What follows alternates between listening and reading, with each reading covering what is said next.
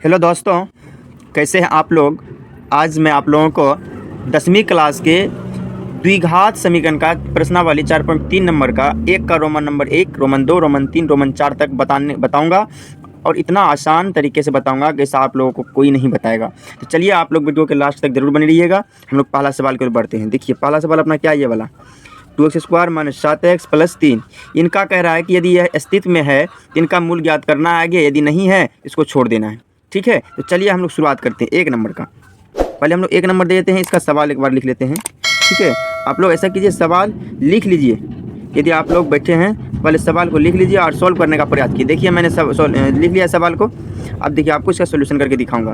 तो देखिए ये समीकरण जो है, इस समीकरण को सेटिस्फाइड कर रहा है या नहीं कर रहा है। देखिएगा x² + bx + c = 0। बताइए इसको सेटिस्फाइड कर रहा है नहीं कर रहा है। आप बोलेंगे यस सर कर रहा है। यदि कर रहा है इसमें हम लोग मान ले, देखिए दिया क्या है, इसी से हम लोग गिवन कर लेते हैं। क्या इसी से हम लोग क्या करते हैं, गिवन कर लेते हैं। देखिए गिवन क्या करना है आपको, ए का मान, बी का मान और सी का मान। तो ये वाला देखिए एक बार समीकरण को मैं लिख लेता हूँ।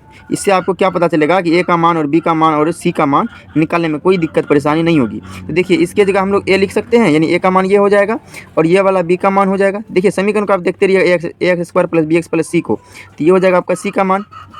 आप बोलेंगे यस सर सी का मान हो गया। तो अब आपको निकालना क्या है, देखिए अब आपको निकालना क्या है, प्रश्न से कर लेते हैं हम लोग।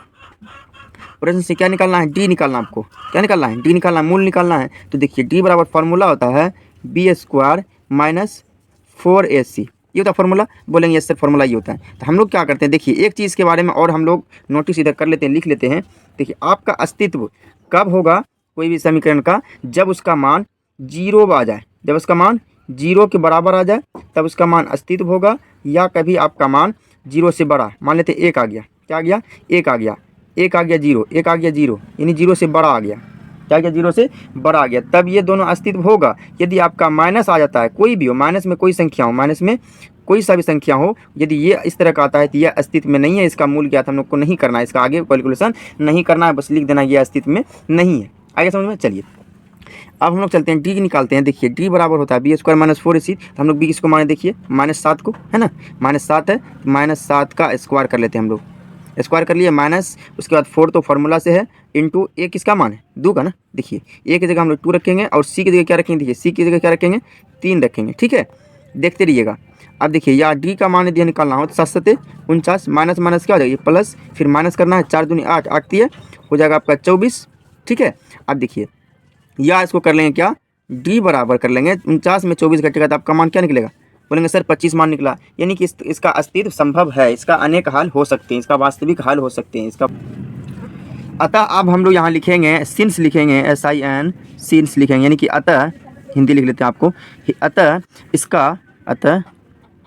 इसका द्विघात समीकरण, यानी द्विघात समीकरण तो है ही, हम लोग लिखना क्या है, इसका अस्तित्व क्या है, अस्तित्व संभव है। इसका अस्तित्व क्या आपका संभव है। और यदि संभव है तो क्या कहता है, आगे भी आप पूर्ण वर्ग बनाइए। ये कहता है यदि आपका आगे वर्ग है, यदि ये अस्तित्व में है तो इसका आगे पूर्ण वर्ग बनाइए। अब देखिए आपको पूर्ण वर्ग बनाने के लिए क्या करना पड़ेगा, कुछ नहीं करना, आप मेरे साथ जुड़े रहिए, अंत तक आपको सारा सवाल बताने की सिखा दूंगा। देखिए आगे करना है, एक फार्मूला अपना लोग का होता है क्या, द्विघात समीकरण। अब द्विघात समीकरण में क्या फार्मूला था देख लीजिए, हम लोग लिख देंगे यहाँ पे द्विघात सूत्र या द्विघात समीकरण, द्विघात सूत्र या द्विघात समीकरण, इसका सूत्र होता है, क्या होता है सूत्र, अभी आप लोग देख लीजिए। सूत्र होता है इसका ये वाला, -b ± √अंडर, एक होता है, 2 फार्मूला था। देखिए इसको 2 तरीका से हम लिखेंगे, क्या लिखेंगे, इसको 2 तरीका से लिखेंगे, b² - 4ac बटे में 2a, बटे में क्या लिखेंगे 2a। और एक फार्मूला और होता है इसका क्या, शॉर्ट में -b ± √अंडर d/2a। देखिए क्योंकि मैंने यहाँ पे डी निकाल दिया है, देखिए यहाँ डी का मान मैंने निकाल दिया, तो ये फार्मूला हम लगाते हैं तो जल्दी बन जाएगा, क्योंकि ये वाला शॉर्ट है। ठीक है, देखिए ये वाला शॉर्ट है, ये जल्दी बन जाएगा। देख लीजिए इस तरह का है। आगे देखिए मैं आपको आगे इसका सवाल बताता हूँ। देख लीजिए आप लोग कि बी की जगह आपका मान क्या है। देखिए मैं ये फार्मूला यूज़ करूँगा, बी के मान की जगह हम लोग क्या देख लेते हैं। देखिए बी की जगह आपका क्या मान है, बी की जगह आपका क्या मान है, -7 है। उसके बाद तो डी का मान मेरा निकल गया 25। ठीक है, और ए की जगह हम लोग देख लेते हैं, ए की जगह क्या आपका 2 है, एक जगह क्या आपका 2 है। अब देखिए मैं इसके आगे बताता हूँ। ठीक है, देख लीजिए, देखिए मैंने इस तरह का फार्मूला आप लोग के सामने लिखा था, -b ± √अंडर d/2। मैंने उस तरफ लिखा था आप लोगों को याद करने के लिए लिख दिया मैंने इस तरफ भी। तो चलिए मैंने इस तरह का फॉर्मूला आपको लिख के दे दिया। अब देखिए आप इसको बैठाना है, इसके ऊपर क्या करना है, इसके ऊपर बैठाना है माइनस बी की जगह आप क्या था -7, मैंने आपको दिखा दिया। पहले आप वीडियो को पीछे करके देख सकते हैं। देखिए उसके बाद प्लस माइनस डी की जगह आपका कितना मान था, डी की जगह आपका था 25 बटे में 2 है, 2 कर देंगे, गुना है ए का मान आपका क्या था 2 था, इस तरह का था। अब देखिए आगे करना है, -7 है तो -7 ही रहने देते हैं, प्लस माइनस रूट में 25, रूट में 25 का क्या आएगा 5 गुना 5, इसका वर्गमूल क्या करेंगे 5 गुना 5 कर लेंगे और नीचे में हो जाएगा 2 दूनी 4, इस तरह हो जाएगा। फिर देखिए आप -7, अब देखिए प्लस माइनस 5 बटे में हो जाएगा 4। इसका मतलब है कि आप एक बार 7/4 और 5/4 को जोड़िए और एक बार इसको घटाइए। तो हम लोग क्या करते हैं, देखिए 9 ना लिख देंगे 9, यानी कि अब लिखेंगे क्या, देखिए -7 तो पहले से है, बटे में हो जाएगा 4। यदि इसको अलग अलग करेंगे, देखिए एक बार इसको प्लस में लिखते हैं, हम लोग क्या करते हैं प्लस में लिख लेते हैं, बटे में 4, तो इसका मान देखिए क्या आएगा, 4 4 का लघुत्तम 4 ही आएगा। अब देखिए 4 4 का लघुत्तम क्या आ गया आपका 4 आ गया। देखिए अब आप लोग देखिए यहाँ तो -b पहले से था, एक था आपका माइनस में पहले से 7 था, तो देखिए यहाँ माइनस गुना माइनस हो जाएगा, क्या हो जाएगा आपका माइनस गुना माइनस हो जाएगा।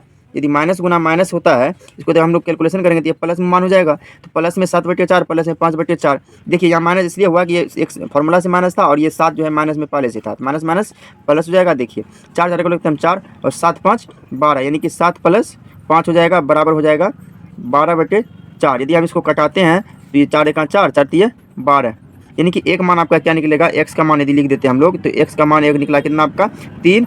और तुरंत एक बार हम लोग क्या करेंगे, एंड करके करेंगे क्या, एक बार इसको घटा देंगे, एक बार इसको 7/4 और माइनस में 5/4, क्योंकि मेरा मान जो निकला प्लस माइनस दोनों में निकला है, तो एक बार कहता है जोड़ देने, एक बार कहता है आपको घटा देने। 4 तरह को एकदम 4 ही हो जाएगा, यहाँ हो जाएगा 7, ठीक, और माइनस है तो माइनस, यहाँ हो जाएगा 5, हो जाएगा आपका क्या, देखिए 2/4 हो जाएगा, ठीक है 2/4 होगा तो 2 × 2 और 2 दूनी 4, ये हो जाएगा 1/2।